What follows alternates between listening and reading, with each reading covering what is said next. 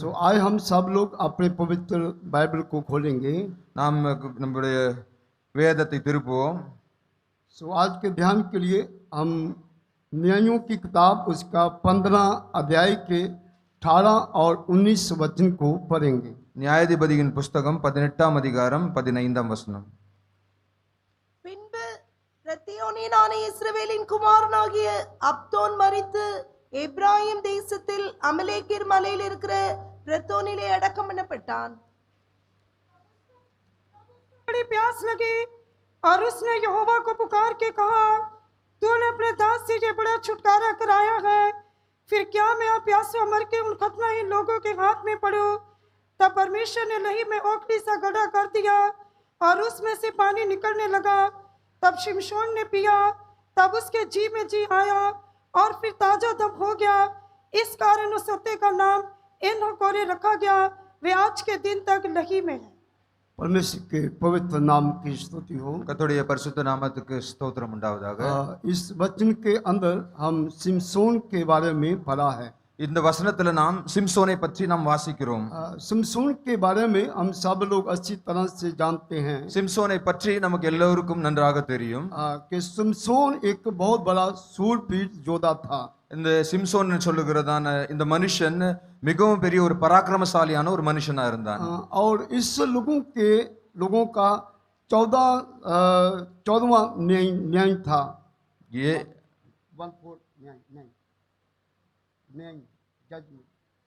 இது வந்து இந்த நியாயாதிபதியின் காலத்துல இவன் வந்து வந்தவனா ஒருத்தனா இருந்தான்.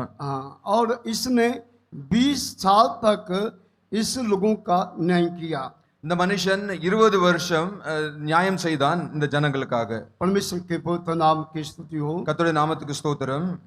जब इस लोगों का सिमसोन न्याय कर रहा था, இப்ப இது சிம்சோன் வந்து வந்த பொழுது तो उस वक्त सिमसोन का फिलिस्तीन के साथ बहुत बड़ा युद्ध हुआ है।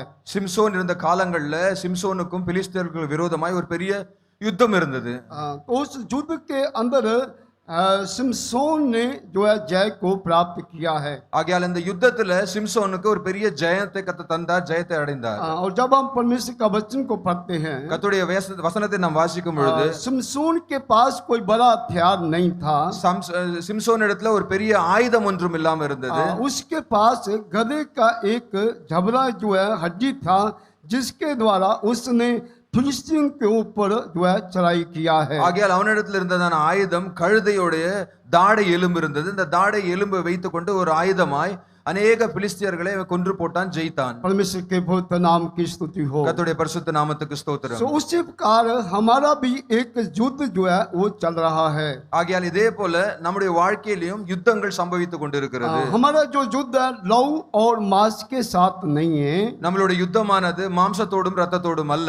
लेकिन हमारा जो युद्ध है நம்மளுடைய யுத்தம் वो प्रधानों के साथ, अधिकारियों के साथ और अंधकार के जो शासक है और उन दुष्ट आत्माओं के साथ है जो आकाश के अंदर वास करती हैं। நம்மோடு கூட இருக்கிறதான யுத்தங்கள், அதிகாரங்கள், துரைதனங்கள், வானமண்டலங்கள் இருக்கிற பொல்லாத சேனைகளோடு நமக்கு யுத்தங்கள் உண்டு. परमेश्वर के पवित्र नाम की स्तुति हो। கர்த்தருடைய நாமத்துக்கு ஸ்தோத்திரம் सो உண்டாவதாக. जब सिमसोन युद्ध कर रहा था, சிம்சோன் யுத்தம் செய்து கொண்டிருக்கும் பொழுது युद्ध के बाद में सिमसोन को परमेश्वर ने फिलिस्तीन के ऊपर जय को दिया है। அந்த யுத்தத்துக்கு பிறகு கர்த்தர் இந்த சிம்சோனுக்கு பாலஸ்தீனர்கள் மேல ஒரு பெரிய ஜெயத்தை கர்த்தர் தந்தார். जय पाने के बाद में सिमसोन के बारे में लिखा गया है कि उसको बहुत बड़ी प्यास लगी है। நம்ம இங்க வாசிக்கிறோம், இந்த யுத்தத்துக்கு பிறகு அல்லது ஜெயத்துக்கு பிறகு சிம்சோனுக்கு மிகுந்த தாகம் எடுத்தது. और परमेश्वर के आगे उसने प्रार्थना किया है, क्या मैं प्यास के साथ ही मर जाऊं, ऐसा उसने कहा है। ஆகையால் இந்த தாகம் எடுத்த பொழுது கர்த்தரை நோக்கி அவன் ஜெபித்தான், கர்த்தாவே இந்த தாகத்தோடு கூட நான் மரித்து போய் விடுவேனா என்று கர்த்தரை நோக்கி ஜெபித்தான். तो उसी वक्त वहां पर उस एक खड्डा को देखा जिसमें से पानी निकला और उसने पानी पीकर अपनी आत्मा में, प्राण में उसने जो है तृप्त हुआ है. அங்க இருக்கிறதான ஒரு பெரிய பள்ளத்தாக்கு, அங்க இருக்கிறதான பள்ளத்தாக்குல வருகிறதான தண்ணீரை கண்டு பார்த்து அந்த தண்ணீரை குடித்து தன்னுடைய ஆத்மாவிலும் தன்னுடைய சரீரத்திலும் அவன் ஜீவன் அடைந்தான். परमेश्वर के पवित्र नाम की स्तुति हो। கர்த்தருடைய நாமத்துக்கு ஸ்தோத்திரம் सो உண்டாவதாக. हम सब जो है सुबह के समय में परमेश्वर की हजूरी के अंदर आए हैं। நாம் எல்லாரும் இந்த காலை வேளையில கர்த்தருடைய சமூகத்துல கர்த்தருடைய ஆலயத்துக்கு நாம் வந்திருக்கிறோம். हम भी सिमसोन के जैसे ही हमारे बीच में बहुत सारे लोग आत्मा के जो है प्यास के साथ आए हैं। ஆகையால் கர்த்தருடைய சமூகத்துல வந்திருக்கிற நாமும் ஆத்துமாவில பலவிதமான தாகத்தோடு தவிப்போடு இங்க நாம் வந்திருக்கிறோம். परमेश्वर की हजूरी के अंदर हम आत्मिक प्यास के साथ और शारीरिक प्यास के साथ आए हैं। ஆகையால் கர்த்தருடைய சமூகத்துக்கு வந்திருக்கிற நாம் ஆவிக்குரிய தாகத்தோடு மாத்திரமல்ல சரீரத்துக்குரிய தாகத்தோடும் கூட கர்த்தருடைய சமூகத்துல இங்க வந்திருக்கிறோம். जितने भी लोग प्यास के साथ आए हैं हाथ उठा के हालेलुया बोलेंगे। நம்ம எத்தனை பேர் தாகத்தோடு வந்திருக்கிறோம்னா கரங்களை உயர்த்தி ஹல்லேலூயா சொல்லுவோம். हालेलुया। ஹல்லேலூயா. सो हम सबको एक प्यास है। ஆகையால் நம்ம எல்லோருக்கும் ஒரு விதமான தாகம் இருக்கிறது. परमेश्वर के वचन के अंदर भी हम ऐसा कई लोगों के बारे में पढ़ सकते हैं जिनको बहुत बड़ी प्यास थी। ஆகையால் வேத புஸ்தகத்துல கூட நாம் अनेகர் இந்த மாதிரி பார்க்கலாம். யார் யாருக்கெல்லாம் தங்களுடைய வாழ்க்கையில பெரிய தாகம் உண்டாயிருந்தது. बाइबल के अंदर हम से लोगों के बारे में पढ़ते हैं, से झुंड के लोगों के बारे में जिनको बहुत प्यास थी। வேத புஸ்தகத்துல நாம் பார்க்கும் பொழுது 6 விதமான கூட்டங்களை நாம் வாசிக்கிறோம். அந்த 6 விதமான கூட்டங்களும் ஒவ்வொரு விதமான தாகத்தோடு இருந்தார்கள் என்று நாம் வாசிக்கிறோம். सबसे पहले जब हम परमेश्वर के वचन से पढ़ते हैं வேத புஸ்தகத்துல நாம் முதலாவதாக பார்க்கும் பொழுது हाजरा जो है वो परमेश्वर का वचन के अंदर पढ़ते हैं कि वो बहुत प्यास के साथ वो परमेश्वर को पुकार रही थी। நாம் வேதத்துல வாசிக்கிறோம் ஆகார் முதலாவதாக பெரிய தாகத்தோடு அவள் கர்த்தரை நோக்கி கூப்பிட்டாள் என்று. उसके बाद में सिरसा जो है वो भी न्यायों की किताब के अंदर लिखा कि वो भी बड़ी प्यास के साथ था। அத இரண்டாவதாக நாம் பார்க்கிறோம் சிம்சோனும் கூட வேதத்துல நியாயாதிபதிகள் புஸ்தகத்துல அவன் தாகத்தோடு இருந்தான் என்று பார்க்கிறோம். उसके बाद में दाऊद भी एक बड़ी प्यास के साथ प्रभु को पुकार रहा था। மூன்றாவதாக தாவீதும் கூட தாகத்தோடு கர்த்தரை நோக்கி கூப்பிட்டான் என்று வாசிக்கிறோம். यूहन्ना का सुसमाचार उसके 4 अध्याय के अंदर सामरी स्त्री भी जो है वो भी प्यास के साथ पाई गई है। யோவானின் புஸ்தகம் அதுலயும் பார்க்கிறோம் நாம் தாகத்தோடு இருந்தார்கள் என்று அங்க இருக்கிறதான ஸ்திரீ தாகத்தோடு இருந்தாள் என்று நாம் வாசிக்கிறோம். சமாரியா ஸ்திரீ. उसके बाद में हम प्रभु यीशु मसीह के बारे में भी देखते हैं। பிறகு நாம் இயேசு கிறிஸ்து குறித்து கூட பார்க்கலாம். वो भी अंत में बहुत प्यास के साथ वो प्रार्थना कर बोल रहा है मैं प्यासा हूँ। இயேசு கிறிஸ்து கூட தன்னுடைய முடிவின் காலத்துல மரண காலத்துல அவரும் சொன்னார் நான் தாகமா இருக்கிறேன் என்று. परमेश्वर के पवित्र नाम की स्तुति हो। கர்த்தருடைய நாமத்துக்கு ஸ்தோத்திரம் உண்டாவதாக. तो हम सब लोग भी प्रभु का हजूरी के अंदर एक प्यास से हृदय के साथ पाए जाना चाहिए। ஆகையால் நம்மளும் இங்க கர்த்தருடைய சமூகத்துல வந்திருக்கிற நாமும் தாகத்தோடு கூட தேவ சமூகத்துல வந்து காத்திருக்க வேண்டும். परमेश्वर के वचन के अंदर हम देख सकते हैं कि हमें किस किस बात की प्यास होना चाहिए। வேதத்துல நாம் வாசிக்கலாம் எப்படிப்பட்டதான தாகங்கள் உண்டு எப்படிப்பட்டதான தாகங்கள் இருக்குது என்று. सबसे पहली बात हमें परमेश्वर की हजूरी की प्यास होना चाहिए। முதலாவதாக காரியம் நமக்கு கர்த்தருடைய சமூகம் தேவ சமூகத்தை குறித்து ஒரு பெரிய தாகம் இருக்க வேண்டும். भजन संहिता उसका 42 अध्याय का जब हम पहला और दूसरा वचन को पढ़ते हैं 42 சங்கீத புஸ்தகம் 42ஆம் அதிகாரம் उसका पहला और दूसरा वचन को पढ़ते हैं। முதல் 2 வசனங்கள் 1-2. वहां पर दाऊद राजा कहता है कि मैं प्यासा हूँ। அங்க தாவீது ராஜா சொல்கிறார் நான் தாகமா இருக்கிறேன் என்று. मैं परमेश्वर का प्यासा हूँ इसलिए कि मैं कैसे भी हो उसका चेहरा को देखना चाहिए। ஆகையால் நாம் எப்படிப்பட்ட தாகத்தோடு இருந்தாலும் தாகத்தோடு இருக்கும் பொழுது நாம் அவருடைய முகத்தை நோக்கி பார்க்க வேண்டும். सो जहाँ पर दाऊद राजा भी बड़ी प्यास के साथ पाया गया है। ஆகையால் இங்கே நாம் பார்க்கிறோம் தாவீது ராஜா மிகுந்த தாகத்தோடு இருக்கிறார். उसके बाद में हमें परमेश्वर के ज्ञान की और उसकी बुद्धि की प्यास होना चाहिए। இரண்டாவதாக கர்த்தருடைய ஞானத்தை குறித்து கர்த்தரை அறிகிறதான அறிவை குறித்ததான ஒரு தாகம் நமக்கு இருக்க வேண்டும். याकूब के पत्र के अंदर हम पढ़ते हैं कि जिसको बुद्धि की कमी हो ज्ञान की कमी हो मुझसे प्राप्त करे और मैं उसको जरूर दूंगा। வேதத்தில் நாம் வாசிக்கிறோம் ஒருவன் ஞானத்தில் குறைவுள்ளவன் என்றால் ஞானத்தில் சம்பூர்ணமா இருக்கிறவரும் ஒருவரையும் கடிந்து கொள்ளாதவரிடத்தில் அந்த ஞானத்தை கேட்க கடவன் அப்பொழுது அவர் ஞானம் தருவார் என்று. उसके बाद में हम परमेश्वर के वचन से ये भी पढ़ सकते हैं कि हमें परमेश्वर की कृपा की अनुग्रह की प्यास होना चाहिए। அதற்கு பிறகு நாம் வேதத்துல வாசிக்கிறோம் கர்த்தருடைய கிருபை கர்த்தருடைய தயவை குறித்து நமக்கு தாகம் இருக்க வேண்டும்.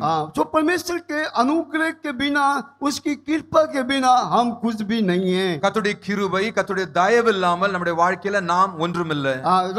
परमेश्वर का दास संत पौलुस अपने वचन के अंदर कहता है, வேதத்தில் இருக்கிறதான பரிசுத்த பவுல் தன்னுடைய வசனத்துல சொல்லுகிறார், मैं जो कुछ भी हूँ परमेश्वर के अनुग्रह से हूँ। நான் இருப்பதெல்லாம் நான் இருக்கிறதெல்லாம் தேவ கிருபையினால் நான் நின்று கொண்டிருக்கிறேன் என்று. तो हम सब लोग परमेश्वर की हजूरी के अंदर बड़ी प्यास के साथ पाए जाना चाहिए। ஆகையால் கர்த்தருடைய சமூகத்துல கர்த்தருடைய ஆலயத்துல நாம் இருக்கும் பொழுது தாகத்தோடு நாம் காணப்பட வேண்டும்.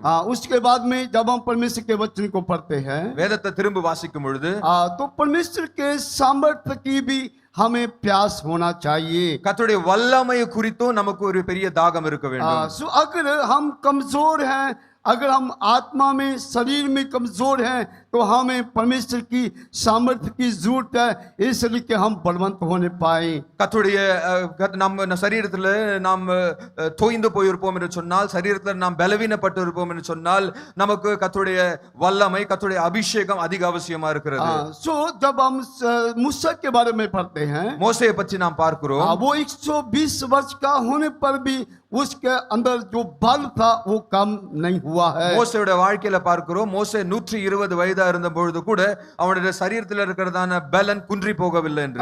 हम शरीर में हो सकता है कमजोर होंगे, लेकिन आत्मा में हम बलवंत होना चाहिए। சரீரத்தில் ஒருவேளை நாம் பலவீனர்களா இருக்கலாம், ஆனால் நம்முடைய ஆத்துமால நாம் உயிர்ப்பிக்கப்பட்டவர்களா, நாம் ஆத்துமால நாம் புதுப்பிக்கப்பட்டவர்களா பலவான்களா இருக்க வேண்டும். परमेश्वर की सामर्थ्य के भी हम प्यासे होना चाहिए। ஆகையால் கர்த்தருடைய வல்லமை குறித்தும் நமக்கு ஒரு பெரிய அதிக தாகம் இருக்க வேண்டும். परमेश्वर के पवित्र नाम की स्तुति हो। கர்த்தருடைய பரிசுத்த நாமத்துக்கு ஸ்தோத்திரம். सिमसोन के बारे में हम परमेश्वर के वचन को पढ़ रहे थे। நாம் சிம்சோனை பற்றி நாம் வாசித்துக் கொண்டிருந்தோம்.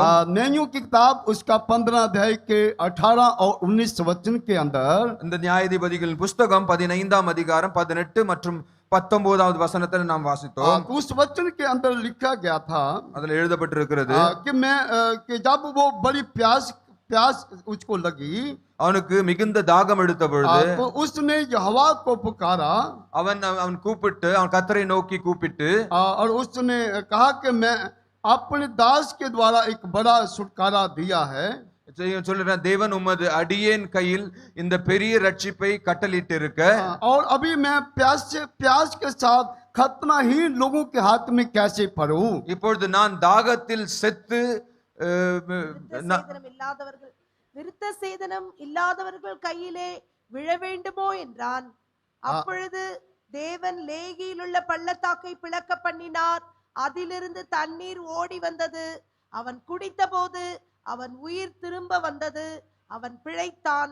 ஆனபடியால் அதற்கு எந்த கோரி என்று பெயரிட்டான். அது இந்நாள் வரையும் லேகியில் இருக்கிறது.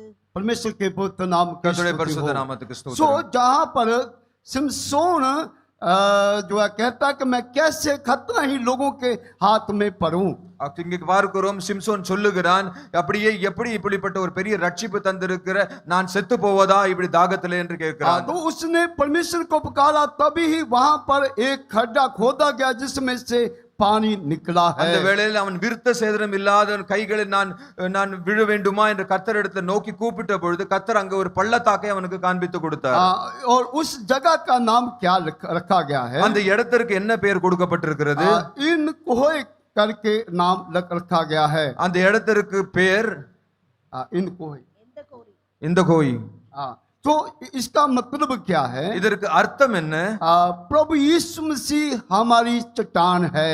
கர்த்தராகிய இயேசு கிறிஸ்து நம்முடைய கன்மலையா இருக்கிறார். परमेश्वर के पवित्र नाम की स्तुति हो। கர்த்தருடைய பரிசுத்த நாமத்துக்கு सो ஸ்தோத்திரம். प्रभु यीशु मसीह हमारी चट्टान है। ஆகையால் கர்த்தராகிய இயேசு கிறிஸ்து நம்முடைய கன்மலையா இருக்கிறார். सो जब हम पहला क्रंथियां उसका 10 अध्याय के 4 वचन को पढ़ते हैं, பிலிப்பியன் புஸ்தகம் 10ஆம் அதிகாரம் 4ஆம் வசனம்.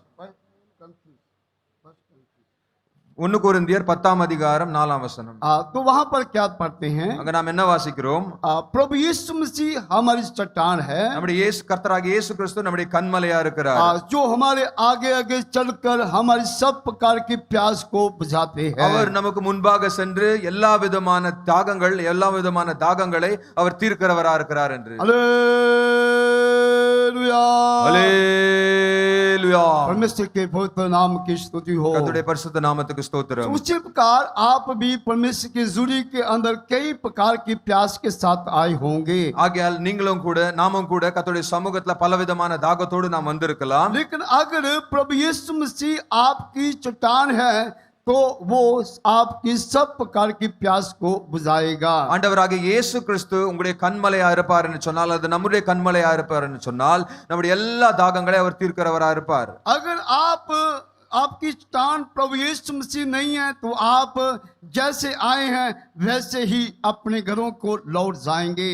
நாம் கர்த்தருடைய ஆண்டவராகிய இயேசு கிறிஸ்துவுக்குள் இல்லை என்று சொன்னால், நாம் எவ்வனமாய் நாம் வந்திருக்கிறோமோ அதே வண்ணமாய் நாம் திரும்பி நம்முடைய வீட்டுக்கு நாம் கடந்து போவோம்.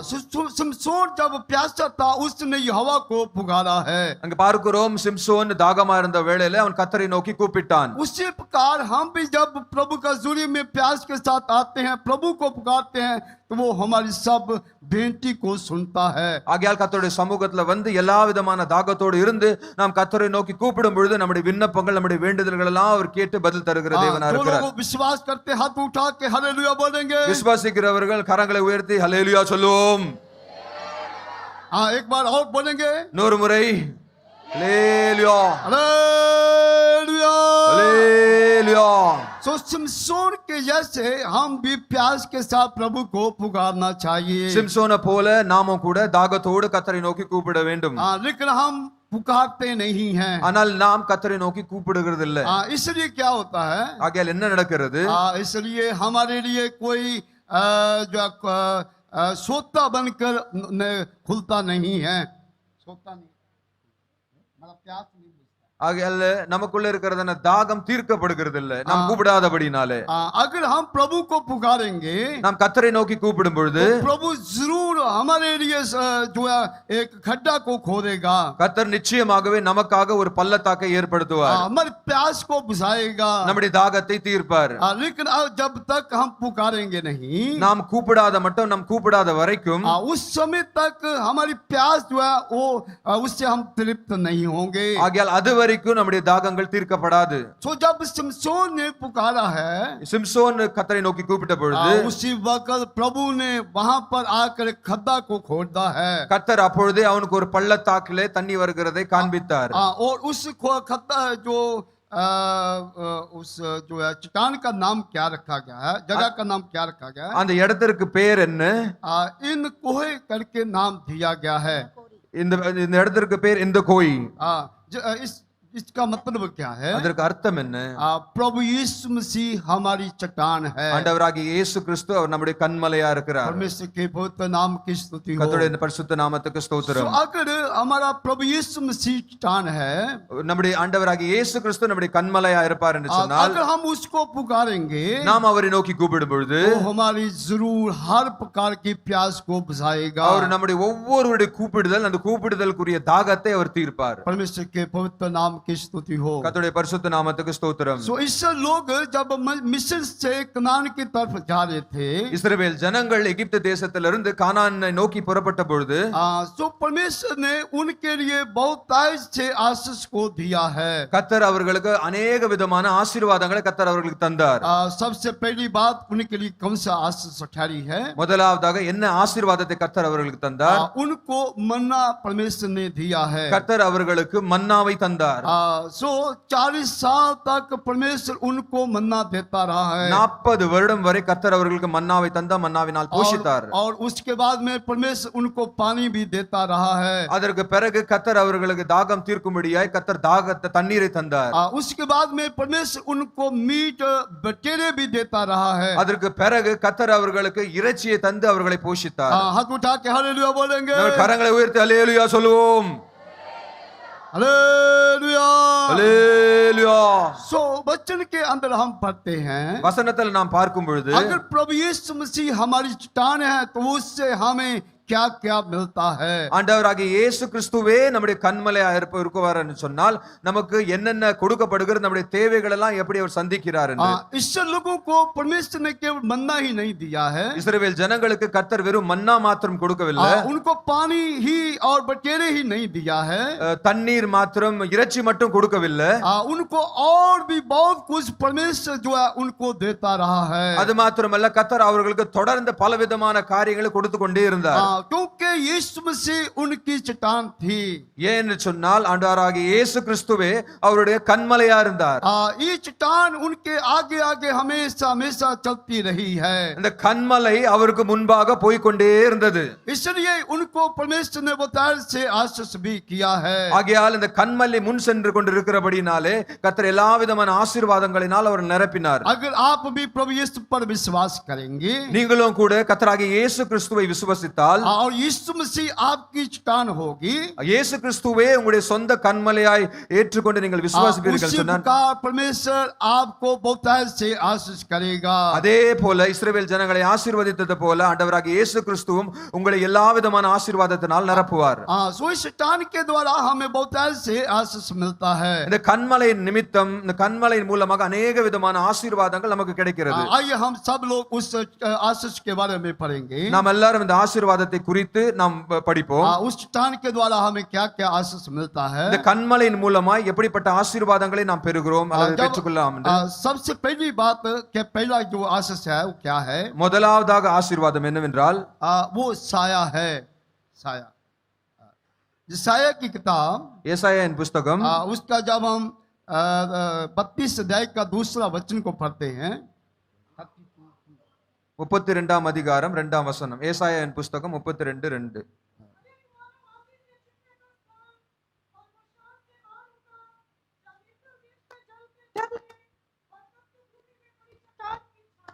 அவர் காற்றுக்கு ஒதுக்காகவும் பெருவெள்ளத்துக்கு புகலிடமாகவும் வறண்ட நிலத்துக்கு நீர்க்கால்களாகவும் விடாய்த்த பூமிக்கு பெருங்கண்மலையின் மேல் நிழலாகவும் இருப்பார்.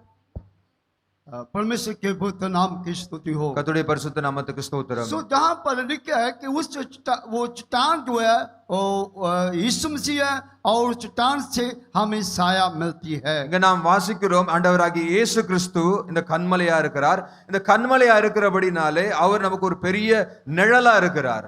परमेश्वर के पवित्र नाम की स्तुति हो। கர்த்தருடைய பரிசுத்த நாமத்துக்கு ஸ்தோத்திரம். सो ये साया जो है हमें क्या करती है। இந்த நிழல் நமக்கு எப்படி உதவுகிறது? ये साया हमेशा हमको शांति तसल्ली जो है हमें मिलती है। இந்த நிழலானது நமக்கு நல்ல ஒரு இளைப்பாறுதலை கொடுக்கக்கூடியதா இருக்கிறது. जब हम गर्मी के मौसम के अंदर रहते हैं, நாம் உஷ்ண காலத்துல இருக்கும் பொழுது उस वक्त हम इस साया को ढूंढते रहते हैं। நாம் உஷ்ண காலங்கள்ல இருக்கும் பொழுது அதிக விதமான இந்த நிழலை நாம் நாடி தேடி போகிறது உண்டு. जहाँ जहाँ भी साया होती है वहाँ वहाँ पर हम चले जाते हैं। எங்கெல்லாம் நமக்கு நிழல் கிடைக்கிறதோ அந்த நிழல்களை பார்த்து நாம் ஒதுங்குறது உண்டு. उसी प्रकार हमारे आत्मिक जीवन के अंदर भी அதே போல நம்முடைய ஆவிக்குரிய வாழ்க்கையிலும் கூட कई प्रकार की गर्मी जो है हमें परेशान करती रहती है। பலவிதமான உஷ்ணங்கள் நம்முடைய வாழ்க்கையில நம்மை துன்புறுத்திக் கொண்டு அல்லது நம்மை கஷ்டப்படுத்திக் கொண்டு இருக்கும். ये गर्मी किस बात को प्रकट करती है। இந்த உஷ்ணம் அல்லது சூடு எதை காண்பிக்கிறது? ये गर्मी जो है हमारे जीवन में दुख, समस्या, परेशानी, बीमारी, कष्ट जो है ये सब प्रकार की गर्मी को प्रकट करती है। இந்த சூடானது நம்முடைய வாழ்க்கையில வருகிறதான போராட்டங்கள், கஷ்டங்கள், நெருக்கங்கள், வியாதிகளை காண்பிக்கிறதா இருக்கிறது. तो कई प्रकार की चिंता, बोझ जो है ये गर्मी को प्रकट करती है। பலவிதமான கவலைகள், பலவிதமான பாரங்கள், இது நமக்கு இருக்கிறதான உஷ்ணம் அல்லது சூடு போல நம்முடைய வாழ்க்கையில காணப்படுகிறது. सो इस गर्मी के जब हम दुख में, कष्ट में से होकर गुजरते हैं तो उस वक्त हम इस छाया की जरूरत पड़ती है। இந்த நம்முடைய வாழ்க்கையில, ஆவிக்குரிய வாழ்க்கையில இந்த பலவிதமான கஷ்டங்கள், நெருக்கங்கள், துக்கங்கள், கஷ்டங்கள் வழியா அந்த உஷ்ணத்தின் வழியா போகும்பொழுது நமக்கு ஒரு நிழல் அவசியமா இருக்கிறது. जब हम इस छाया की किताब के अंदर पढ़ते हैं, ஏசாயாவின் புத்தகத்துல நாம் வாசிக்கிறோம் 25 और उसका 4, 25ஆம் அதிகாரம் 4ஆம் வசனம். तो वहां पर भी इस वचन को हम देख सकते हैं। அங்கேயும் கூட இதே வசனத்தை நாம் பார்க்கலாம். गर्मी के अंदर हमें छाया की जरूरत पड़ती है। உஷ்ண காலங்கள்ல நமக்கு ஒரு பெரிய நிழல் அவசியமா இருக்கிறது. परमेश्वर के पवित्र नाम की स्तुति हो। கர்த்தருடைய பரிசுத்த நாமத்துக்கு ஸ்தோத்திரம். जब हम दानियेल की किताब में 3 अध्याय के वो पढ़ते हैं, தானியேலின் புத்தகம் 3ஆம் அதிகாரத்தில் நாம் வாசிக்கும் பொழுது दानियेल की किताब उसका जब हम तीसरे अध्याय का 23 वचन को पढ़ते हैं, மூன்றாம் அதிகாரம் 23ஆம் வசனம். और उसी धधकते हुए भट्ठे के बीच में तीनों पुरुष शद्रक मेशक और अबेदनगो बंधे हुए फेंक दिए गए. ஷாத்ராக் மேஷாக் ஆபேத்நேகோ என்னும் அந்த மூன்று புருஷரும் கட்டுண்டவர்களாய் எரிகிற அக்கினி சூளையின் நடுவிலே விழுந்தார்கள். परमेश्वर के पवित्र नाम की स्तुति हो। கர்த்தருடைய பரிசுத்த நாமத்துக்கு सो ஸ்தோத்திரம். सदरक मेशक अबेदनगो जब आग की भट्टी के अंदर को डाला गया, இங்க நாம் வாசிக்கிறோம் ஷாத்ராக் மேஷாக் ஆபேத்நேகோ இவர்கள் அக்னி சூளைக்குள்ளே போடப்பட்ட பொழுது तो उस अग्नि आग के भट्टी के अंदर जब डाला गया तो उनको कोई भी आंच नहीं आई है। அவர்கள் அக்னி சூளையில போட்ட பொழுது அக்னி அவர்கள் மேல பலன் செய்யவில்லைன்னு நாம் பார்க்கிறோம். उनको किसी प्रकार का उनको जो है बदबू उनको जलने की महसूस नहीं हुई है। அக்னியின் வாசனை கூட அவர்கள் மேல வரவில்லை என்று நாம் பார்க்கிறோம். क्यों ऐसा हुआ है? ஏன் இப்படி நடந்தது? क्योंकि प्रभु यीशु मसीह उनके बीच में चल रहा था। ஏன்னு சொன்னால் ஆண்டவராகிய இயேசு கிறிஸ்து அவர்கள் மத்தியிலே உலாவி கொண்டிருந்தார். जब हम दानियेल किताब उसका 3 अध्याय का 25 को पढ़ते हैं, தானியேலின் புத்தகம் 3ஆம் அதிகாரம் 25ஆம் வசனத்தை நாம் வாசிக்கும் பொழுது तो उस आग की भट्टी के बीच में 3 लोगों को डाला गया। அந்த அக்னி சூளையில 3 பேர் போடப்பட்டார்கள். लेकिन उस आग की भट्टी के अंदर 4 लोग जो है वो चल रहे हैं। ஆனால் பாத்தீங்கன்னா அந்த அக்னி சூளைக்குள்ள 4 பேர் நடந்து கொண்டிருந்தார்கள். वो चौथा कौन इंसान था? அந்த 4வது மனுஷன் யாரா இருந்தார்? कौन था? யார் இருந்தா? हाँ जी, कोई बताइए। யாரா சொல்ல முடியுமா? वो हमारा प्रभु यीशु मसीह था। அது நம்முடைய ஆண்டவராகிய இயேசு கிறிஸ்து. हाथ उठा के हालेलुया बोलेंगे। கரங்களை உயர்த்தி ஹல்லேலூயா சொல்லுவோம். हालेलुया। ஹல்லேலூயா. सो अगर आप आग की भट्टी के बीच में चल रहे हैं, ஒருவேளை நாமும் கூட நம்முடைய அக்னி சூளையின் வழியாய் அல்ல அக்னி பதமான சோதனையின் வழியா நாம் கடந்து போகும் பொழுது दुख में कष्ट में मुश्किल के अंदर बीच में चल रहे हैं, துக்கத்துல கஷ்டத்துல பலவிதமான நெருக்கங்கள் ஊடாய் நாம் கடந்து போகும் பொழுது फिर भी अगर आपका भरोसा विश्वास प्रभु यीशु मसीह के ऊपर है, ஒருவேளை உங்களுடைய விசுவாசம் நம்பிக்கை ஆண்டவராகிய இயேசு கிறிஸ்துவின் மேல இருக்குமானால் तो ऐसे समय में भी प्रभु आपके लिए साया की मानंद होगा। ஆண்டவராகிய இயேசு கிறிஸ்து இந்த பட்டதான நிலவரங்கள்ல சூழ்நிலைகளை ஒரு நிழலை போல நம்மை பாதுகாப்பார். सदरक मेशक अबेदनगो उस आग की भट्टी में चल रहे थे, ஷாத்ராக் மேஷாக் ஆபேத்நேகோ அக்னி சூளையில இருந்த பொழுது और उनका चलना कैसे था? அவர்கள் எப்படி இருந்தார்கள் உள்ளே? वो रस्सियों के साथ जो है उस आग की भट्टी में जो है डाले गए हैं, அவர்கள் கட்டப்பட்டவர்களாய் தான் அந்த அக்னி சூளையில தூக்கி போடப்பட்டார்கள். लेकिन वहां पर वो रस्सियों के बीच बांधे नहीं रहे हैं। ஆனால் அக்னி சூளையில போடப்பட்ட பிறகு அவர்கள் கட்டப்பட்டவர்களாய் இல்ல. लेकिन वहां पर वो क्या कर रहे हैं? उसमें आग की भट्टी में वो लोग घूम रहे हैं। அங்க நாம் பார்க்கிறோம் அவர்கள் அக்னி சூளையில அதற்குள்ளே அவர்கள் நடந்து கொண்டு சுற்றி வந்தார்கள். वो उसमें वो मॉर्निंग वॉक कर रहे हैं। அவர்கள் அங்க மார்னிங் வாக்கிங் பண்ணி கொண்டிருக்கிறார்கள். उनको आग का कोई भी महसूस, अग्नि का ज्वाला का कोई महसूस नहीं हो रहा है। அவர்கள் மேல அக்னியோ அக்னியின் வல்லமையோ அக்னி ஒன்று அவர்கள் மேல பலன் செய்யல. क्योंकि प्रभु यीशु मसीह उनके लिए साया था। ஏன்னு சொன்னால் ஆண்டவராகிய இயேசு கிறிஸ்துவே அவர்களுக்கு நிழலா இருந்தார். उसी प्रकार अगर आप भी चिंता में परेशानी में आप यीशु पर भरोसा रखेंगे, विश्वास करेंगे, आपको उनके द्वारा कोई भी मुश्किल नहीं आएगी। ஆகையால் நம்மளும் கூட பலவிதமான நெருக்கங்கள் கஷ்டங்கள் உபத்திரவங்கள் வழியா இருக்கும் பொழுது ஆண்டவராகிய இயேசு கிறிஸ்து மேல ஒரு பெரிய விசுவாசமும் நம்பிக்கையை வைத்தோம் என்று சொன்னால் ஆண்டவராகிய இயேசு கிறிஸ்துவே நமக்கு நிழலா இருந்து நம்மை நடத்துவார். क्योंकि यीशु मसीह आपके लिए साया होगी। ஆண்டவராகிய இயேசு கிறிஸ்துவே உங்களுக்கு நிழலா இருப்பார். हालेलुया। ஹல்லேலூயா. परमेश्वर के पवित्र नाम की स्तुति हो। கர்த்தருடைய பரிசுத்த நாமத்துக்கு ஸ்தோத்திரம். उसके बाद में हम उस चट्टान के द्वारा हमें क्या मिलता है? அதற்கு பிறகு இந்த கன்மலையின் மூலமா நமக்கு கிடைக்கிற ஆசீர்வாதம் என்ன? हमें मधु मिलता है। நமக்கு தேன் கிடைக்கிறது. जब हम परमेश्वर का वचन को पढ़ते हैं, கர்த்தருடைய வசனத்தை நாம் வாசிக்கும் பொழுது भविष्यवाणी உபாகம புஸ்தகம் उसका 32 का 13 वचन 32ஆம் அதிகாரம் 13ஆம் வசனம். स्थानों पर सवार कराया और उसको खेतों की उपज खिलाई और उसने उसे चट्टान में से मधु और चकमक की चट्टान में से तेल चुसाया। பூமியில் உள்ள உயர்ந்த ஸ்தானங்களின் மேல் அவனை ஏறி வர பண்ணினார். வயலில் விளையும் பலனை அவனுக்கு புசிக்க கொடுத்தார். கண்மலையில் உள்ள தேனையும் கற்பாறையிலிருந்து வடியும் எண்ணெயையும் அவன் உண்ணும்படி செய்தார். परमेश्वर के पवित्र नाम की स्तुति हो। கர்த்தருடைய பரிசுத்த நாமத்துக்கு ஸ்தோத்திரம். सो जब इससे लोग मिस्र से निकलकर जंगल में कनान की तरफ जा रहे थे, இஸ்ரவேல் ஜனங்கள் எகிப்திலிருந்து விடுதலையாக்கப்பட்டு கானானுக்கு வனாந்தரத்தின் வழியாக கடந்து போகும் பொழுது परमेश्वर ने उनको वहां पर शहद भी दिया, मधु भी दिया है। கர்த்தர் அவர்களுக்கு நல்ல கண்மலை தேனை தந்தார். सो ये मधु का मतलब क्या है? தேனுக்குரிய அர்த்தம் என்ன? जब हम शाम उसका 19 अध्याय के 10 वचनों को पढ़ते हैं, சங்கீத புஸ்தகம் 19ஆம் அதிகாரம் 10ஆம் வசனத்தை நாம் வாசிக்கும் பொழுது 1, 9, 10, वे तो सोने से और बहुत कुंदन से भी बढ़कर मनोहर है, वे मधु से और टपकने वाले छत्ते से भी बढ़कर मधुर। परमेश्वर के पवित्र नाम की स्तुति அவைகள் हो। பொன்னிலும் மிகுந்த பசும் பொன்னிலும் விரும்பப்படத்தக்கதும் தேனிலும் தேன் கூட்டிலிருந்து ஒழுகும் தெளித்தேனிலும் மதுரமுள்ளதுமாயிருக்கிறது. सो परमेश्वर का जो वचन है वो मधु के समान मीठा है। ஆகையால் கர்த்தருடைய வசனமானது தேனிலும் தேனிலும் இன்பமா இருக்கிறது.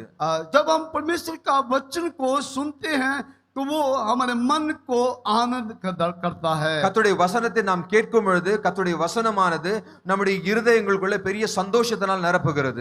और जब हम परमेश्वर का वचन को सुनते रहते हैं तो वो उसके द्वारा हमारा मुंह का जो मुंह के अंदर मिठास आना शुरू हो जाती है। ஆகையால் கர்த்தருடைய வசனத்தை கேட்டு கொண்டு இருக்கும் பொழுது நம்முடைய வாயிலும் கூட நாம் இனிப்பாய் நம்முடைய வாய்கள் மாற ஆரம்பிக்கிறது.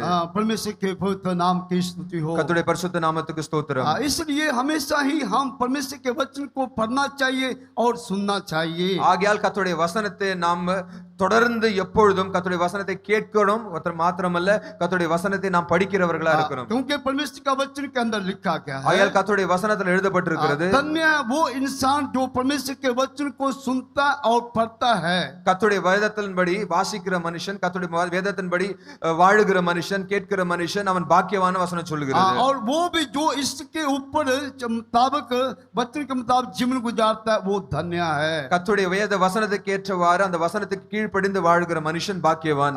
सो जब हम परमेश्वर का वचन को सुनते हैं और सुनकर उसके मुताबिक चलते हैं तो वो हमारे लिए एक मधु की जैसे काम करता है। கர்த்தருடைய வசனத்தை கேட்டு கர்த்தருடைய வசனத்துக்கு ஏற்றவாறு கேட்கிறது மாத்திரமல்ல, படிக்கிறது மாத்திரமல்ல, அதன்படி வாழ்க்கையை வாழும் பொழுது நம்முடைய வாழ்க்கை தேனை போல மாற ஆரம்பிக்கிறது. इसलिए जितना भी हो सके हमें परमेश्वर के वचन को सुनना चाहिए और पढ़ना चाहिए। ஆகையால் முடிந்த அளவுக்கு கர்த்தருடைய வசனத்தை நாம் கேட்க வேண்டும், படிக்க வேண்டும். आज लोगों के पास परमेश्वर के वचन को ना तो सुनने के लिए और ना पढ़ने के लिए समय है। இன்றைக்கு ஜனங்களிடத்துல கர்த்தருடைய ஜனங்களிடத்துல கர்த்தருடைய வேத வசனத்தை படிக்கவோ அல்லது கேட்கவோ நம்ம இடத்துல சமயம் இல்லை.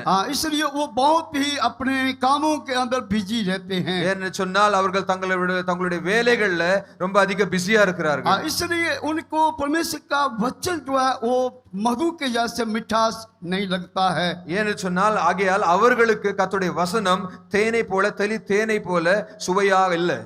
परमेश्वर के पवित्र नाम की स्तुति हो। கர்த்தருடைய பரிசுத்த நாமத்துக்கு ஸ்தோத்திரம். समय हमारे पास थोड़ा है, இப்பொழுது நம்மிடத்தில் நேரம் ரொம்ப குறைவா இருக்கிறது. इसलिए हम आगे जो है तीसरी बात उस टान के द्वारा हमें कौन सा आशीष मिलता है। மூன்றாவது ஆசீர்வாதம் இந்த கண்மலையின் மூலமாய் நமக்கு கிடைக்கிறது என்ன? जब हम तीसरी आशीष के बारे में पढ़ते हैं, மூன்றாவது ஆசீர்வாதம் वो तेल है। तेल எண்ணெயா இருக்கிறது. भविष्य वर्धन 32 का 13 वचन।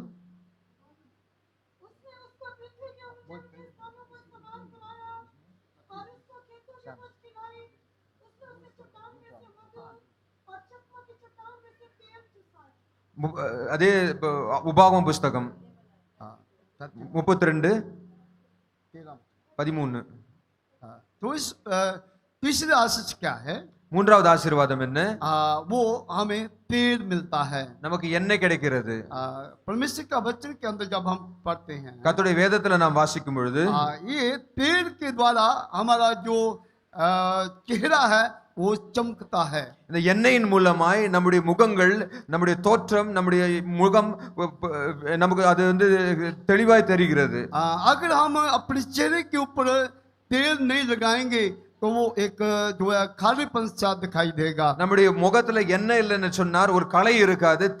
எண்ணெயானது முகை களையை உண்டு பண்ணுகிறது. परमेश्वर का वचन के अंदर लिखा है कि तेरे शेर का जो तेल है वो कम नहीं होना கர்த்தருடைய चाहिए। வசனத்தில் எழுதியிருக்கிறது, நம்முடைய தலையில இருக்கிறதான எண்ணெய் ஒன்றும் குறைவு கூடாதுன்னு. सो ये तेल के बारे में हम जब परमेश्वर के वचन को पढ़ते हैं, கர்த்தருடைய வசனத்தை எண்ணெய் பற்றி நாம் வாசிக்கும் பொழுது इस तेल के बारे में बहुत जो वचन है वो लिखा गया है। எண்ணெய் பற்றி வேதத்துல अनेक வசனங்கள் எழுதப்பட்டிருக்கிறது. सो ये तेल जो है परमेश्वर के अनुग्रह को प्रकट करता है, எண்ணெயானது கர்த்தருடைய கிருபையை காண்பிக்கிறது.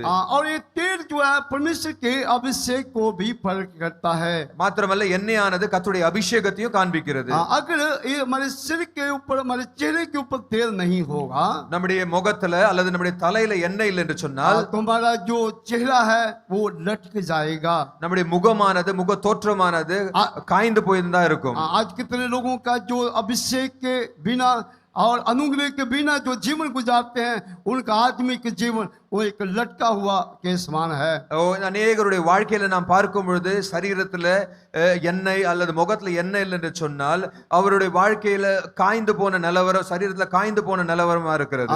सो अगर हमारा चेहरा लटकना नहीं चाहिए तो நம்முடைய வாழ்க்கை, நம்முடைய முகம் காய்ந்து போக கூடாது என்று சொன்னால் हमारे लिए परमेश्वर का अनुग्रह और उसका जो अभिषेक है वो बहुत ही जरूरी है। அதே போல் நம்முடைய வாழ்க்கையில, ஆவிக்குரிய வாழ்க்கையில கர்த்தருடைய அபிஷேகமும் கர்த்தருடைய கிருபையும் நம்முடைய வாழ்க்கை காய்ந்து போகாதபடிக்கு பாதுகாக்கும்படி அவசியமா இருக்கிறது. परमेश्वर का वचन के अंदर हम पढ़ते हैं, கர்த்தருடைய வசனத்தை நாம் வாசிக்கிறோம். आदम के 2 पुत्र थे, ஆதாமுக்கு 2 பிள்ளைகள் இருந்தார்கள்.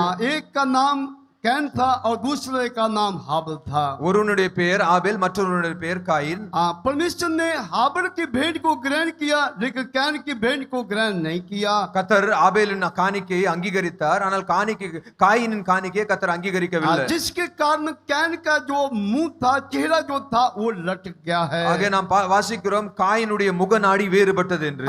क्योंकि परमेश्वर ने उसकी भेंट को ग्रहण नहीं किया है। ஏனென்று சொன்னால் கர்த்தர் அவருடைய காணிக்கைகளை கர்த்தர் அங்கீகரிக்கல. परमेश्वर के पवित्र नाम की स्तुति हो। கர்த்தருடைய பரிசுத்த நாமத்துக்கு ஸ்தோத்திரம். सो प्रभु हमारी बेनती को, हमारी प्रार्थना को, हमारा निवेदन को ग्रहण करना चाहिए। கர்த்தர் நம்முடைய ஜெபம், கர்த்தர் நம்முடைய விண்ணப்பம், கர்த்தர் நம்முடைய வேண்டுதல்கள் எல்லாவற்றையும் கர்த்தர் அங்கீகரிக்க வேண்டும். उसके लिए हमारे पास परमेश्वर का अनुग्रह होना जरूरी है। ஆகையால் கர்த்தருடைய கிருபை நம்மளிடத்தில் இருக்க வேண்டியது மிகவும் அவசியமா இருக்கிறது. कई लोगों का जब उनके जीवन में दुख आता है, बीमारी आता है, परेशानी आती है, उस वक्त भी उनका चेहरा मुचरा जाता है। அநேகருடைய வாழ்க்கையில பலவிதமான வியாதிகள், கஷ்டங்கள், நெருக்கங்கள் வரும் பொழுது அவருடைய முக தோற்றங்கள், அவருடைய சூழ்நிலைகள் எல்லாம் மாறி போகிறதை நாம் பார்க்கிறோம். सो अगर ये सब बातें हमारे जीवन में ना होने के लिए, இப்படிப்பட்ட சூழ்நிலைகள் நம்முடைய வாழ்க்கையில வராதபடிக்கு हमारे पास परमेश्वर का अभिषेक भी होना चाहिए। கர்த்தருடைய அபிஷேகம் நம்மிடத்துல இருக்க வேண்டியது அவசியமா இருக்கிறது. हाथ उठा के हालेलुया बोलेंगे, கரங்களை உயர்த்தி ஹல்லேலூயா சொல்லுவோம். हालेलुया, ஹல்லேலூயா. परमेश्वर के पवित्र नाम की स्तुति हो। கர்த்தருடைய பரிசுத்த நாமத்துக்கு ஸ்தோத்திரம். उसके बाद में जब हम परमेश्वर के वचन को पढ़ते हैं, கர்த்தருடைய வேதத்துல வாசிக்கும் பொழுது तो इस टान के द्वारा चौथी आशीष हमें क्या मिलती है? இந்த கன்மலையின் மூலமாய் நமக்கு கிடைக்கிறதான 4வது ஆசீர்வாதம் என்ன? वो है आग। आग, நமக்கு அக்கினி.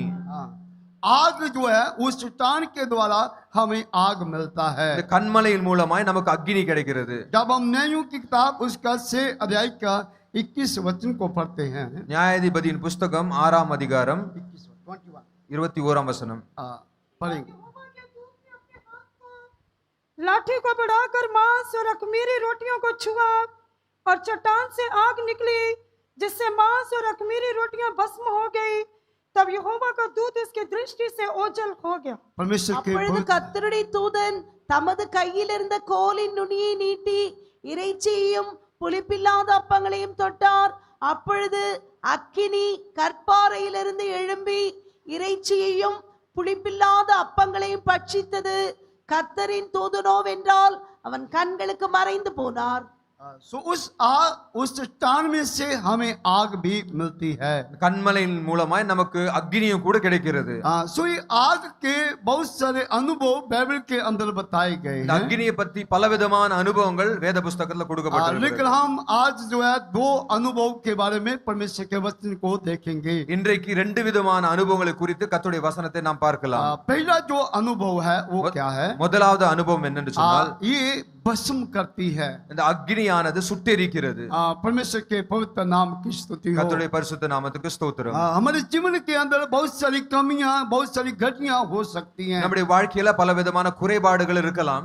बहुत सारे पाप हमारी जिंदगी के अंदर हो सकते நம்முடைய हैं। வாழ்க்கையில பலவிதமான பாவங்களும் இருக்கலாம். बहुत सारे बड़े बड़े स्वभाव, बड़ी बड़ी आदतें हो सकती है। பலவிதமான கெட்ட பழக்க வழக்கங்கள், கெட்ட காரியங்கள் நம்முடைய வாழ்க்கையில இருக்கலாம். लेकिन जब परमेश्वर का पवित्र आत्मा अग्नि के रूप में हमारे ऊपर आता है, ஆனால் கர்த்தருடைய பரிசுத்த ஆவியானவர் அக்னியின் மூலமாய் நம்முடைய சரீரத்துல நமக்குள்ள இறங்கி வரும் பொழுது उस वक्त ये सारी बातें जो है वो भस्म हो जाती है। அப்பொழுது இந்த கெட்ட காரியங்கள் எல்லாம் எரிந்து பஸ்பமாகி விடுகிறது. सो जब हम परमेश्वर के वचन को पढ़ते हैं, கர்த்தருடைய வசனத்தை நாம் பார்க்கும் பொழுது प्रेरितों के काम उसका दूसरे अध्याय का तीसरा वचन को,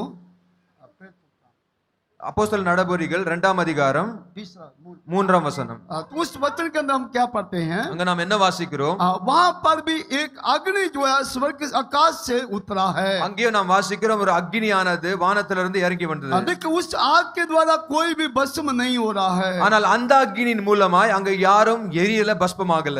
क्यों नहीं हो रहा है? ஏன் அப்படி நடக்கல? क्योंकि पवित्र आत्मा की जो आग है वो जिस्मानी आग की जैसे वो भस्म नहीं करती है। ஏன்னு சொன்னால் பரிசுத்த ஆவியினால வருகிறதான அந்த அக்னி நாம் பார்க்கிறதான நம் உலகத்துல இருக்கிறதான இந்த அக்னியை போல நம்ம எரித்து விடுகிறது இல்ல. लेकिन जो हमारे जीवन के अंदर जो गलत बातें पाई जाती है उसको वो जला देती है। நம்முடைய வாழ்க்கையில காணப்படுகிறதான கெட்ட காரியங்கள், பாவங்கள், தவறுகள், தப்பான பழக்க வழக்கங்கள், அந்த காரியங்களை இந்த அக்னி எரித்து விடுகிறது. सो ये आग हमारे जीवन के लिए बहुत ही जरूरी है। ஆகையால் இந்த அக்னி நம்முடைய வாழ்க்கைக்கு மிகவும் அவசியமா இருக்கிறது. कितने लोग इस आग के प्यासे हैं? எத்தனை பேர் இந்த அக்னிக்காக நாம் தாகமா இருக்கிறோம்?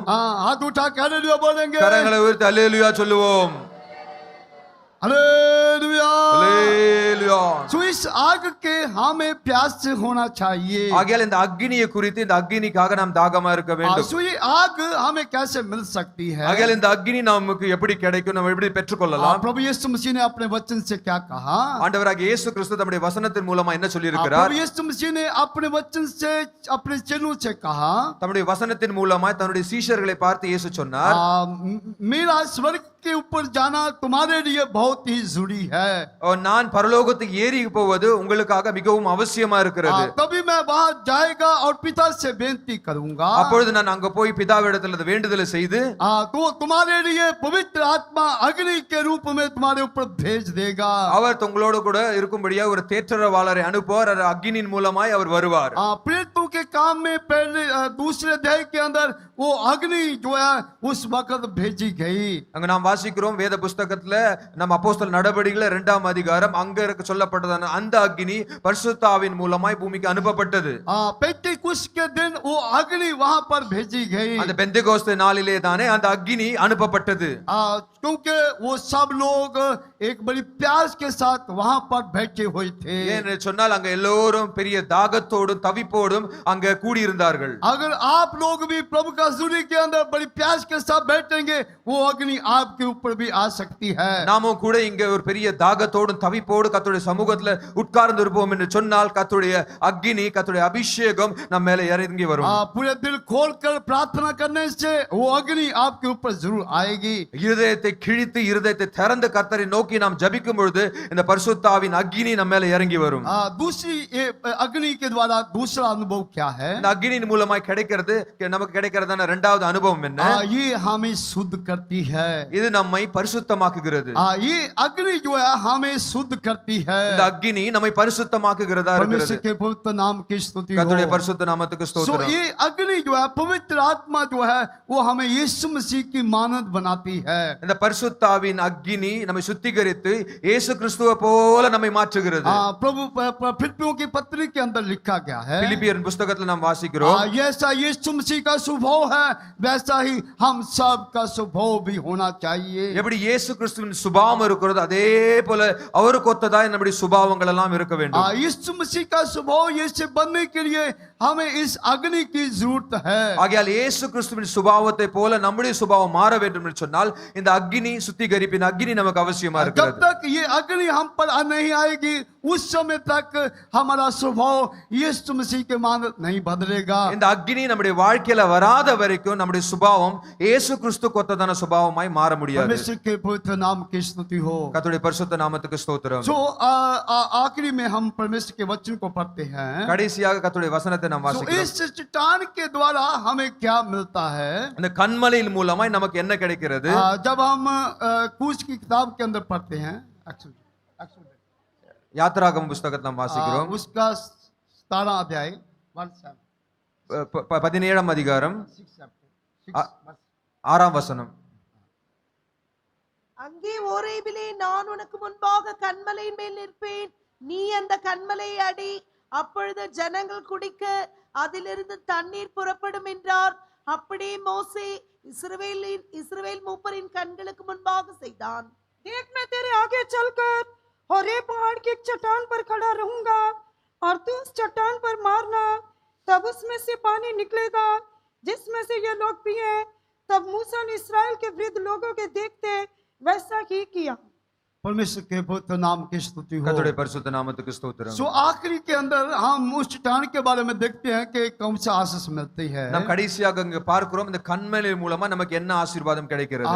वो चट्टान के द्वारा हमें पानी मिलता है। இந்த கன்மலையின் மூலமாய் நமக்கு தண்ணீர் கிடைக்கிறது. इससे लोग जब प्यासे थे, இஸ்ரவேல் ஜனங்கள் தாகமா இருந்த பொழுது इससे लोगों ने मूसा से कहा हम लोग बड़ी प्यास के साथ मर रहे हैं। இஸ்ரவேல் ஜனங்கள் மோசேயை பார்த்து சொன்னார், நாங்கள் பெரிய தாகத்தோடு நாங்கள் மரித்து போகிறோம், நாங்கள் தவிக்கிறோம் என்று. उस वक्त तो परमेश्वर ने मूसा से कहा, அப்பொழுது கர்த்தர் மோசேயை பார்த்து சொன்னார், तुम चट्टान को जाकर मारना चाहिए, நீ கன்மலையை பார்த்து அடி என்று சொன்னார். तब वो तुम्हें पानी देगी।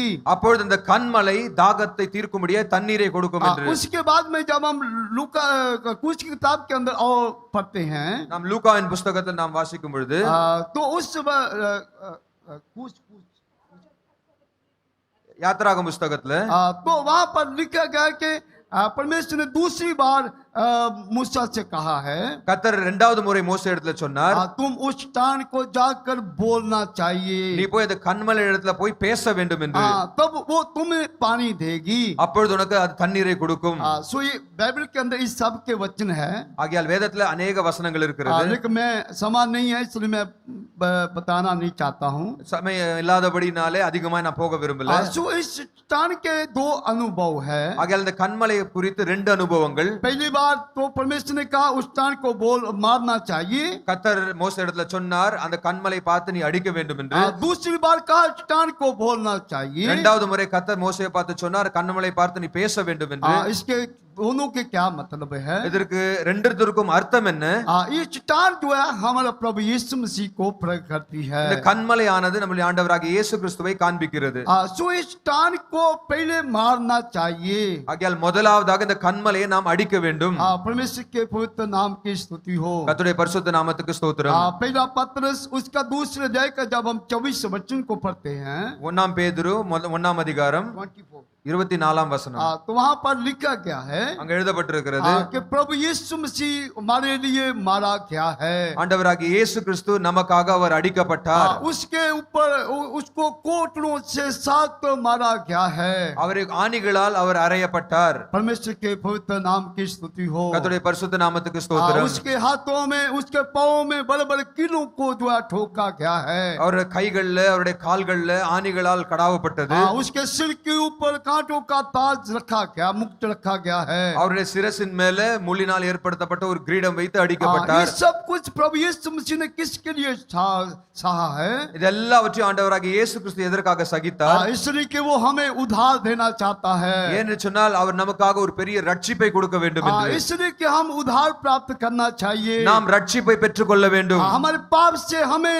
उस छुटकारा मिलना चाहिए, நம்முடைய பாவங்களிலிருந்து நாம் விடுதலை பெற்றுக்கொள்ள வேண்டும். हमारी बीमारियों से हमें छुटकारा छुटकारा मिलना चाहिए நம்முடைய வியாதியிலிருந்து நமக்கு விடுதலை பெற்றுக்கொள்ள வேண்டும். हमारे परिवार के सब बंधुओं से हम छुटकारा पाना चाहिए. நம்முடைய வாழ்க்கையில இருக்கிறதான எல்லா விதமான கட்டுகளிலிருந்து இருந்து நாம் விடுதலை பெற்றுக்கொள்ள हम வேண்டும். पवित्र होकर स्वर्ग के अंदर जो है जाना चाहिए. நாம் பரிசுத்தமாக்கப்பட்டு சுத்திகரிக்கப்பட்டு பரலோகத்தில் நாம் பிரவேசிக்க வேண்டும். इसलिए प्रभु यीशु मसीह ने अपने शरीर के अंदर बहुतायत से मार को खाया है. ஆகையால் ஆண்டவராகிய இயேசு கிறிஸ்து தன்னுடைய சரீரத்திலே இப்படிப்பட்டதான எல்லா விதமான அடிகளையும் சகித்தார். दूसरी बात हमें यीशु मसीह को बोलना चाहिए. இரண்டாவது காரியம் நம்முடைய இயேசு கிறிஸ்துவிடத்தில் நாம் பேச வேண்டும். इसका मतलब क्या है? அதற்கு அர்த்தம் என்ன? हम गुनहगार हैं, पापी हैं करके हम इस बात को मान लेना चाहिए. நாம் பாவிகள், நாம் குற்றவாளிகள், நாம் பாவம் செய்திருக்கிறோம் என்று நாம் மனப்பூர்வமாக அதை ஒற்றுக்கொள்ள வேண்டும்.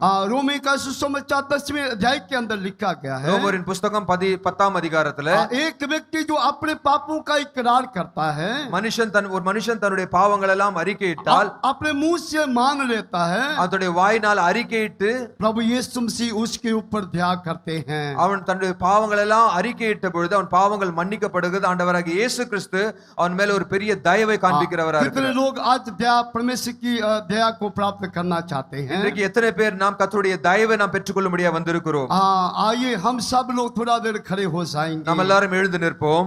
और अपने आप को प्रभु की सूरी के अंदर हम अपने हृदय को खोलना चाहिए. கர்த்தருடைய சமூகத்துல நாம் இப்பொழுது நம்முடைய இருதயத்தை நாம் திறப்போம்.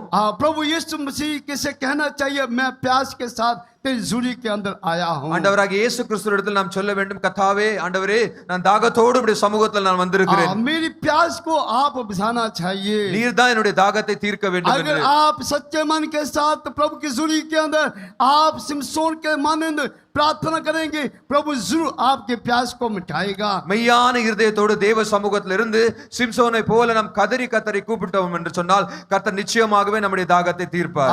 और जरूर आप अपने आत्मा में तृप्त होकर प्रभु का झुरी से जाएंगे. நிச்சயமாகவே ஆத்மாவிலே பெரிய ஒரு திருப்தி அடைந்தவர்களாய் கர்த்தருடைய சமூகத்தை விட்டு நாம் आइए கடந்து हम सब போவோம். लोग अपनी आंखों को बंद करेंगे. வாங்க நம்ம எல்லாம் நம்முடைய கண்களை மூடுவோம். आइए हम सब थोड़ा देर अपने हाथों को उठाएंगे. நம்முடைய கரங்களை உயர்த்துவோம். सिमसोन ने यहोवा को पुकारा है. சிம்சோன் கர்த்தரை நோக்கி கூப்பிட்டான். ये जब सिमसोन ने यहोवा को पुकारा है, சிம்சோன் கர்த்தரை நோக்கி கூப்பிட்டான். और वहां पर वो क्या कहता है? அப்ப அங்க என்ன சொல்கிறார்? क्या मैं प्यास रहित पाया जाऊं? நான் தாகத்தோடே நான் மடிந்து போக வேண்டுமா என்று. क्या मैं खतराहीन लोगों के हाथ में पाया जाऊं? நான் இப்படியே நான் பாலஸ்தீனருடைய கையில நான் அகப்பட்டு நான் மரித்து போக வேண்டுமா என்று. प्रभु मेरी प्यास को मिटाना चाहिए. கர்த்தாவே, என்னுடைய தாகத்தை நீர் தீர்க்க வேண்டும். वहां पर एक खड्डा खोदा गया है. இந்த இடத்துல ஒரு பெரிய பள்ளத்தாக்கு இருக்கிறது. वहां से पानी निकला है. அந்த பள்ளத்தாக்குல இருந்து தண்ணீர் வருகிறது. सिमसोन ने उस पानी को पीकर अपनी आत्मा में उसने जो है प्यास को मिटाया है. சிம்சோன் அங்க இருக்கிறதான பள்ளத்தாக்கத்துல வந்ததான தண்ணீரை குடித்து தன்னுடைய தாகத்தை தீர்த்து கொண்டார். कितने लोग प्यास से हृदय के साथ प्रभु को पाना चाहते हैं. நம்ம எத்தனை பேர் இங்க தாகமுள்ள இருதயத்தோடு ஆண்டவராகிய இயேசு கிறிஸ்துவை இந்த தாக தீர்க்கும்படி அவரை பெற்றுக்கொள்ள अगर விரும்புகிறோம். आप सच्चे मन से प्रभु को पुकारेंगे, प्रभु जरूर आपके प्यास को मिटाएगा. உண்மையாகவே உண்மையான இருதயத்தோடு நாம் கர்த்தரை நோக்கி கூப்பிடுவோம் என்று சொன்னால் கர்த்தர் மெய்யாகவே நம்முடைய தாகத்தை प्रभु आप தீர்க்கிறவராக. सबको आशीष करें. கர்த்தர் நம்ம எல்லாரையும் ஆசீர்வதிப்பார்.